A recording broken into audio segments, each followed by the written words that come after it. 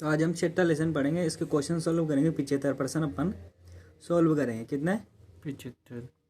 तो बंगाल स्कूल, बंगाल में जो स्कूल खुली, सबसे पहले स्कूल किसने खोली, किसने नहीं खोली बंगाल के अंदर, और सांस्कृतिक राष्ट्रवाद के बारे में आज हम पढ़ेंगे। तो बंगाल के अंदर जो स्कूल आई थी वो कौन लेकर आए थे? अंग्रेज लेकर आए थे। कौन लेकर आए थे? अंग्रेज। जैसे अंग्रेज भारत में आए तो सर्वप्रथम उन्होंने क्या किया, बंगाल में एक स्कूल खोली अपनी चित्रकारी करने के लिए, यानी कि एक विद्यालय या यूनिवर्सिटी का निर्माण करा, कॉलेज का निर्माण करा।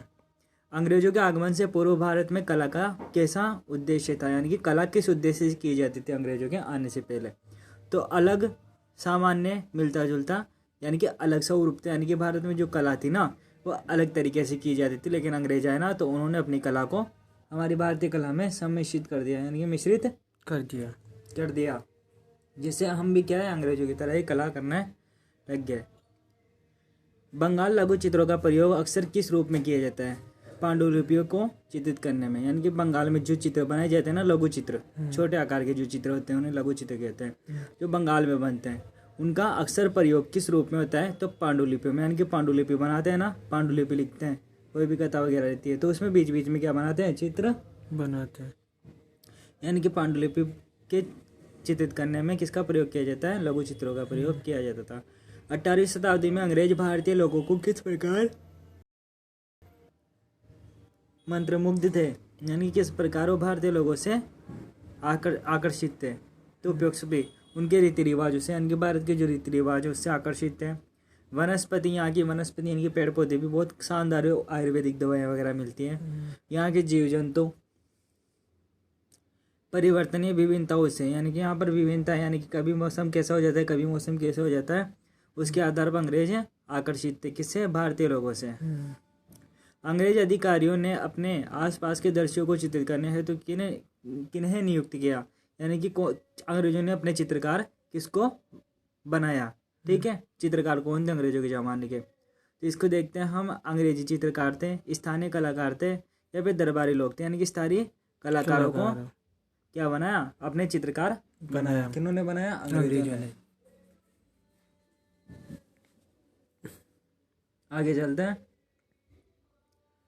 भारतवर्ष में तेल रंगों का प्रयोग कब स्टार्ट हुआ? अंग्रेजों ने क्या है, कौन सी पद्धति अपनाई थी? वॉश पद्धति, जिसको अपन तेल रंगीय पद्धति के नाम से भी जाना जाता है। अब भारतवर्ष में तेल रंगों का प्रयोग कब स्टार्ट हुआ था? यानी कि तेल रंग का प्रयोग स्टार्ट करना कब हुआ था? 1800 ईस्वी में। कब?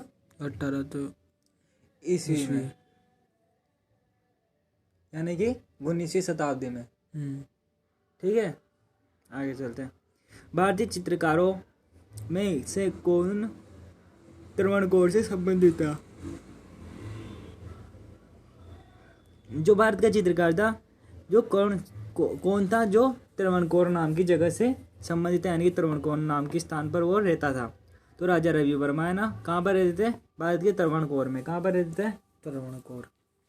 त्रावणकोर में रहते थे। किनकी कृतियों को ओलियोग्राफ के रूप में कॉपी किया गया है? यानी कि ओलियोग्राफ यानी कि तेल रंगीय पद्धति में प्रयोग किया गया है। राजा रवि वर्मा की। किसकी? राजा रवि वर्मा की। आधुनिक राष्ट्रवादी स्कूल निर्माण की शुरुआत कहाँ से हुई? आधुनिक जो राष्ट्रवाद था उसमें जो स्कूल बनी वो स्टार्ट सबसे पहले कहाँ से हुई? बंगाल से हुई। कहाँ से हुई? बंगाल। भारतीय चित्रकला शैली का उद्भव कहाँ से माना जाता है? तो कलकत्ता से। कहाँ से माना जाता है? कलकत्ता से। यानी कि भारत में जो चित्रकला शैली पनपी थी ना सबसे पहले स्टार्टिंग में, अंग्रेज आने से पहले भी, तो कहाँ पर? कलकत्ता में चित्र बनाए गए थे पहले स्टार्टिंग में। भारत का पहला राष्ट्रीय कला विद्यालय कहाँ पर स्थापित किया गया? कि एक आर्ट स्कूल कहाँ पर खोला गया था? शांति निकेतन में। कहाँ पर? शांति निकेतन में। स्वदेशी आंदोलन कब अपने चरम पर था? स्वदेशी आंदोलन सन 1905 के बंगाल विभाजन के बाद, यानी कि बंगाल भारत से अलग हुआ ना, उसके बाद में स्वदेशी आंदोलन अपने चरम पर था, यानी कि अपने जोश पर था। पश्चिमी तेल चित्रकार कला के विकल्प के रूप में किसे माना जाता है? तेल चित्रकारी किसे कहा जाता है? तो तेल चित्रकारी वॉश तकनीकी को कहा जाता है। ठीक है, वॉश पद्धति। पॉल क्लेव के दृष्टि जर्मन चित्रकारों ने कलकत्ता की यात्रा कब की थी? 1922 में। आधुनिक शैली के अंतर्गत निर्मित कला की सारगर्भित भाषा में क्या शामिल किया गया था? वर्ग किए गए थे, वृत्त किए गए थे, रेखाएं व रंग पेच, यानी कि ये सारी चीजें उन्होंने सम्मिलित की गई थी आधुनिक शैली में। ठीक है, जो चित्र बनाए गए थे ना आधुनिक शैली में, उसमें वर्गाकार भी चित्र बनाते थे, ऐसे वर्गों के माध्यम से भी, गोलों के माध्यम से भी और रेखाओं के माध्यम से भी। गजेंद्रनाथ टैगोर के चित्रों की विशेषता लिखी है। तो गजेंद्रनाथ जो किसके भाई थे? अविंद्रनाथ के। किसके? अविनाश टैगोर के भाई थे गजेंद्रनाथ टैगोर, जिनके जो चित्र थे उनकी विशेषताएं कि पश्चिमी शैली का प्रभाव दिखाया गया, यानी कि पश्चिमी शैली को इनमें दिखाया गया। क्यूबिस्ट शैली का प्रयोग किया गया है। ज्यामितीय पैटर्न यानी कि गणितीय पैटर्न, जैसे कि वर्गाकार, वृत्ताकार, वर्गाकार, है ना, और ये त्रिभुजाकार, रेखीय, ये सारी चीज़ें इन्होंने बताई है अपने चित्रों में, कि इन्होंने गजेंद्रनाथ टैगोर ने, और इनके माध्यम से यानी कि वर्ग वृत्त वगैरह के माध्यम से लोगों के चेहरे बनाए। किस बंगाली बुद्धिजीवी ने कला के क्षेत्र में अलगवादियों के पक्ष किया है? यानी कि अलगवादियों यानी कि जो विद्रोहित हैं का पक्ष किया है। किसने पक्ष लिया है विद्रोहियों का बंगाली बुद्धिजीवियों में? तो कौन थे? बेनोई सरकार। कौन थे? बेनोई सरकार।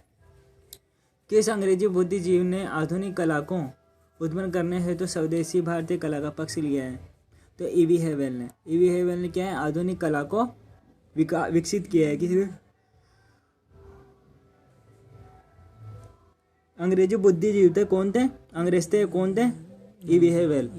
उन्होंने आधुनिक कला को उत्पन्न करने का श्रेय जाता है, यानी कि उन्होंने क्या है? आधुनिक कला को स्टार्ट करा था। कि उन्होंने ईवी हेवेल ने। उपनिवेशवाद ने कला के किस तरह के संस्थानों की शुरुआत की है? कला विद्यालयों की, कला समाज के, प्रदर्शन और कला पत्रिकाओं की, उपयुक्त सभी। तो उपयुक्त सभी की स्थापना इन्होंने की है, शुरुआत की है। मिट्टी का हलवाहा किसान कृति नंदलाल बोस द्वारा किस वर्ष चित्रित किए गए थे? 1938 में। कब किए गए थे? 1938। रासलीला किस चित्रकार की करती है? रासलीला सत्येंद्रनाथ टैगोर की चित्रकारी है। रासलीला किसने बनाया था चित्र? सत्येंद्रनाथ ने। यानी सत्येंद्र रहता है ना, वो क्या करता है? रास करता है। अब्दुल रहमान चुगताई कृत राधिका किस तरह का चित्र है? यानी कि अब्दुल रहमान चुगताई ने क्या बनाया था? राधिका नाम की चित्रकारी करी थी। और ये किस प्रकार का था? वॉश और टेम्परा पद्धति का, यानी कि तेलीय पद्धति का चित्र था। तेलीय रंगों का से बनाया गया था। ठीक है, कौन सा? अब्दुल रहमान चुगताई के द्वारा राधिका नाम का चित्र। ठीक है। राधा क्या गलती है? अपने बालों में तेल लगाती है। किससे पूछकर? अब्दुल से।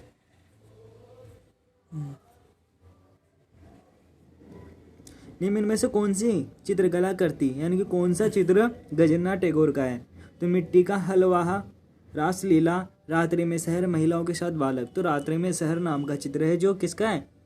गजेंद्रनाथ टैगोर का है। किसका है? गजेंद्रनाथ टैगोर का। समुद्र का मान मर्दन करते हुए राम किस चित्रकार द्वारा चित्र किया गया है? अब ये मोस्ट इम्पोर्टेंट है कि पूछा भी जाता है, इम्पोर्टेंट बनता है।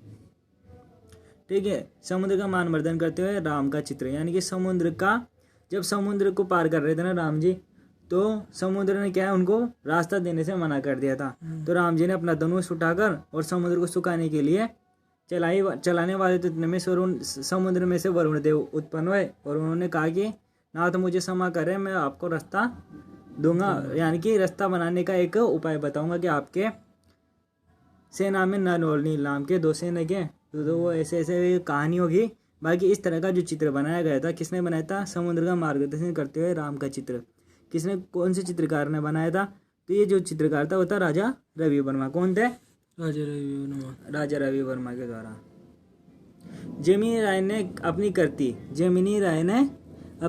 यानी कि अपनी पेंटिंग महिला के साथ बालक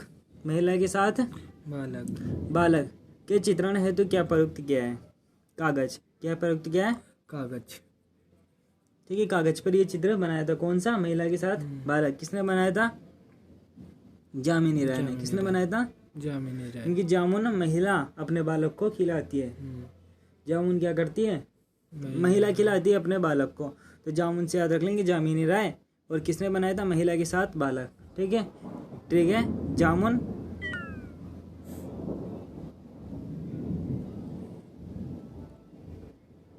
बंद कर दे भाई।